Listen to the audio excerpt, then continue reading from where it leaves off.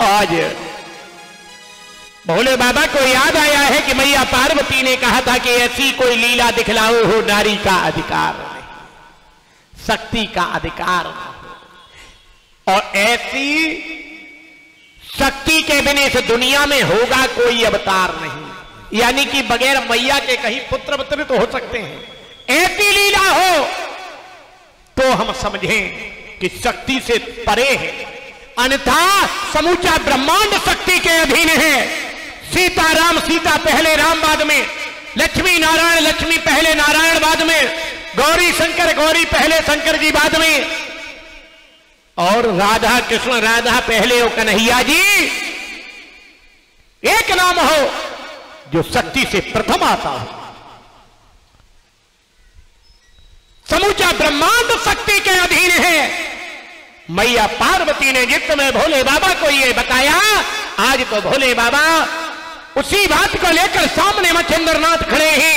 याद आया है ऐसी कोई लीला, लीला ऐसी हो जिसमें शक्ति का कोई अधिकार। मेरे प्यारे भक्तों, इस संसार में केवल एक नाम है जिसके अधीन शक्ति है, अन्यथा 33 कोटि देवता शक्ति के अधीन है। केवल एक नाम है जिसे हम शिव कहते हैं। शिव शक्ति, शिव पहले वो शक्ति, अन्यथा तो सारे देवता शक्ति के अधीन है। लक्ष्मी नारायण, लक्ष्मी जी पहले वो नारायण, गौरी शंकर, गौरी पहले वो शंकर जी, सीता राम, सीता पहले वो भगवान राम, राधा कृष्ण, राधा पहले कन्हैया जी। और तुम लोग अपने अपने घर से अंदाज लगा लो, चलती तो आप लोगों ने की जाता है। सही बात है। हाँ जी, जय जय जय हो। बोले गोगा जी महाराज की जय हो। जयकारा बड़े जोर से होना चाहिए। घोड़े वाला समझ ले कि हम भक्त हमारे हमें याद कर रहे हैं, है ना। अच्छा सच सच बताओ कितने लोग गोगा जी को याद कर रहे हैं? हाथ ऊपर करते हैं। जय जय।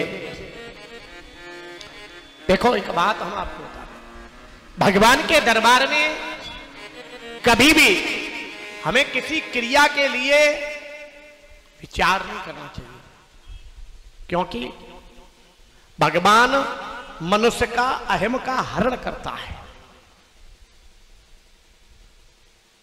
तो हमें भगवान के दरबार में निश्चल कपट निस्वार्थ अपने आप को, तेरा तुझको अर्पण नहीं, मैंने आपको पहले बताया, तेरा तुझको अर्पण क्या लागे मेरा। मैं भगवान के दरबार में अर्पण करने कतई नहीं जाता हूं,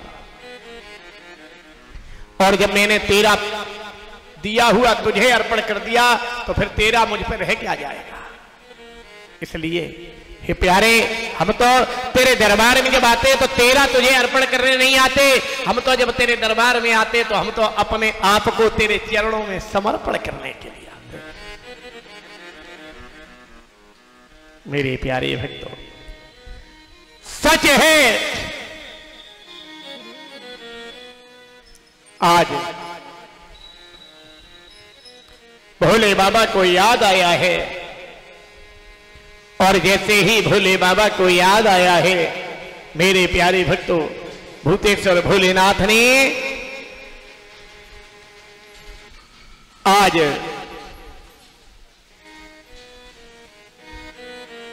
अपनी झोली से एक भभूति निकाली है, मच्छिंद्रनाथ को दे दी है। बेटे मच्छिंदर, अब तुम मेरा कहना मान लो, बंगाल प्रांत की कनकगिरी नगरी में चले जाओ, और तुम्हें किसी और जगह नहीं जाना है। एक सरस्वती नाम की ब्राह्मणी मैया है, उस मैया के दरवाजे पर जाकर तुम्हें अलख जगानी है, और ये भभूति उस मैया को दे देनी है। ऐसा अवतार होगा भूमंडल जिसके अधिकार होगा, ऐसा अवतार होगा समस्त ब्रह्मांड जिसके अधिकार में होगा। मेरे प्यारे भक्तों, आज भोले बाबा ने भभूति को दिया है। मच्छिंद्रनाथ बंगाल प्रांत में पहुंचे हैं, कनकगिरी नगरी में घर घर में अलग जगाते हुए उसी मैया सरस्वती के दरवाजे पर जाकर आवाज लगाई है, बोले अलख निरंजन। ब्राह्मणी मैया दरवाजे से निकल के आई है, देखा है साधु महाराज खड़े, भिक्षा को लिया, कमंडल में डाला और मुख मोड़ कर चल दिया। ब्राह्मणी मैया कहने लगी, महाराज, मच्छिंद्र नाथ कहने लगे, माई तेरे चेहरे पे उदासी कैसी है? हाथ जोड़कर मैया बोली बाबा मेरे दुख को बार बार पूछकर हमें दुखी न करें। बोले क्यों? हमें बार बार पूछकर दुखी न करें। बोले सच सच बताओ बात क्या है? बोले बाबा मैं जो दुखी हूं ना उस दुख का तुम निवारण नहीं कर सकते। मच्छिंद्र नाथ कहने लगे, माई तुम्हें मालूम नहीं है कि दुखी जनों के दुख हम और पल में देत भगाए, तो पे कोई कष्ट हो मेरी मैया दे बतला। अगर तुम पर कोई कष्ट, बोलो ना। मैया हाथ जोड़कर खड़ी हो गई, बाबा अगर ये बात है तो एक निवेदन है कि मेरे कुल की बेल चला तेरे झूठी। आज मैया रोने लगी है, बोली बाबा मेरे कोई पुत्र नहीं है, पुत्र कामना के लिए मैं दर दर भटक रही हूं। और एक ध्यान रहे, मां पुत्र की कामना तो उस मैया से पूछो जिस मैया के कोई पुत्र ना हो गए। पुत्र की लालसा क्या होती है ये मैया से पूछो कि पुत्र की कामना क्या है।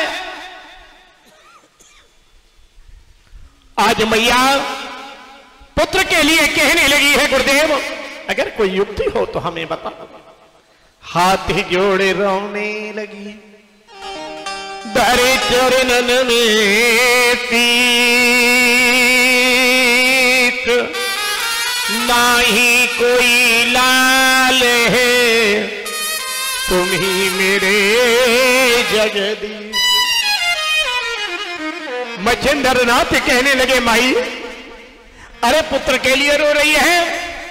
हे मैया पुत्र न देना और देना ये तो विधाता के हाथ का खेल है।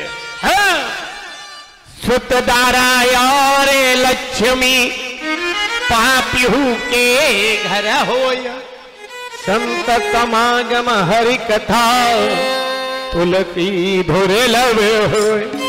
अरे पुत्र लक्ष्मी परिवार ये तो हर जगह तुम्हें पापियों के घर में भी व्यापक हो जाएंगे, लेकिन संत के समागम, प्रभु की कृपा, हरि की भक्ति ये तो बिरला ही कोई होता है जिसके पास में होती है।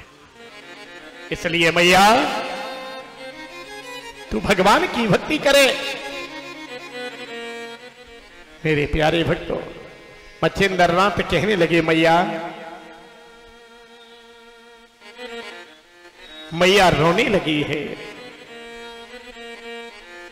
मेरे प्यारे भक्तों, आज मच्छिंद्र नाथ ने झोली में हाथ डाला है और वही भभूति जो भोलेनाथ ने दी है निकाली और भभूति को मैया को दे दिया। मैया री एक बात ध्यान रखना, यह भभूति कोई साधारण भभूति नहीं है। यह भभूति कोई साधारण भभूति नहीं है। और सच तो यह है, और मैया तेरे होगा ऐसा लाला जो जगत कल्याण के लिए अवतरित होगा। मेरे प्यारे भक्तों, मैया अपने महलों में आई है। मच्छिंद्र नाथ कहने लगे, माई ध्यान रखना, बालक तो तेरा निसंतान का दोष मिट जाएगा, लेकिन 12 वर्ष बाद उस बालक को हमें देना होगा, क्योंकि वो बालक कोई साधारण बालक नहीं होगा, जगत कल्याण के लिए अवतरित होगा। मैया ने उस भभूति को अपने आंगन में रखा और बड़े मगन हो अपने आंगन में झाड़ू लगाने लगी। बड़ी खुश है, एक पड़ोसन ने देखा जो नित्यप्रत ब्राह्मणी जिसके चेहरे पर उदासी रहती है, और ये मैया आज बड़ी खुश है, जो मैया बड़ी खुश है, और नित्यप्रत जब मैया बड़ी खुश है, मेरे प्यारे भगवत प्रेमियों, आज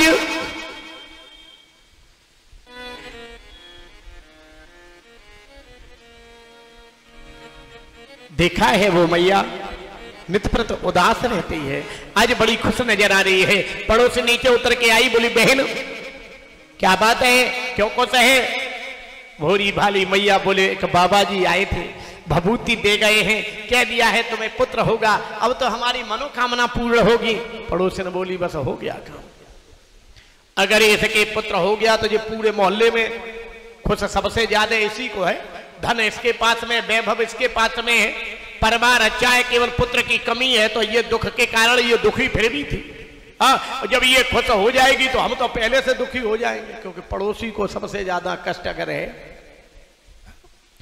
क्या बात है, ब्राह्मणी मैया बड़ी खुश है। पड़ोसन बोली, बोले एक बात बताओ, बोले बाबा जी को तुम जानती थी? बोले नहीं। बोले पहले कभी देखा? बोले नहीं।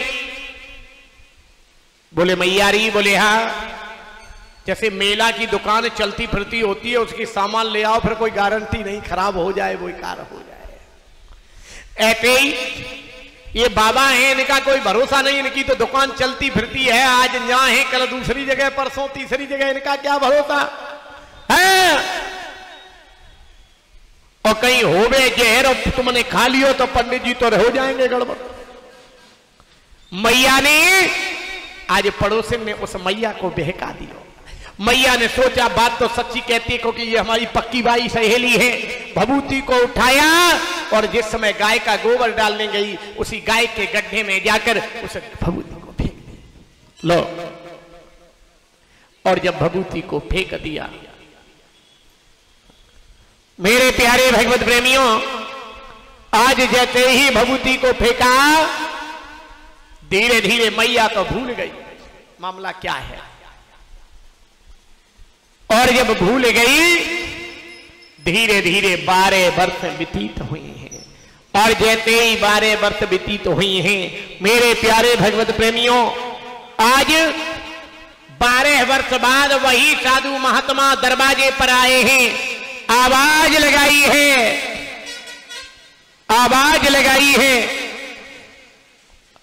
अलख निरंजन।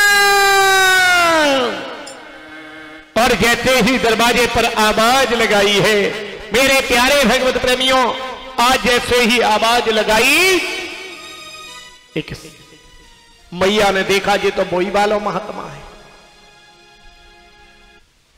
ये क्यों चौंकाओ?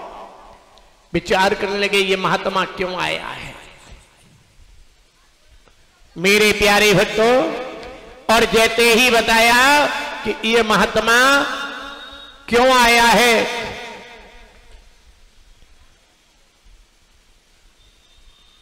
आज मेरे प्यारे भक्तों देख लिया, आवाज दी है, कुंडी खोली नहीं, दोबारा फिर आवाज लगाई, नहीं खोली। बचेंद्रनाथ ने जोड़कर जिस समय कुंडी को खटखटाया, महात्मा जी को देखकर मैया ने जैसे ही फाटक खोला, जी बताएं? बोले अरे भैया, वो हमारा लाला कहां है, बेमानी पे उतर आई है का? मैया कहने लगी कौन सा लाला? अरे बोले जो मैंने तो को भभूति दी थी। हाथ जोड़कर खड़ी हो गई, बोली बाबा क्या हुआ? मैया हाथ जोड़कर खड़ी है, और खड़े खड़े मैया के आंखों से अश्रुधारा गिरने लगी है। मच्छिंद्रनाथ कहने लगे माई क्यों रो रही है? मेरी दी हुई भभूति कभी जीवन में मिथ्या नहीं जा सकती है, बोलो ना। मच्छिंद्रनाथ मैया कहने लगी नहीं। क्या? रोने लगी मैया।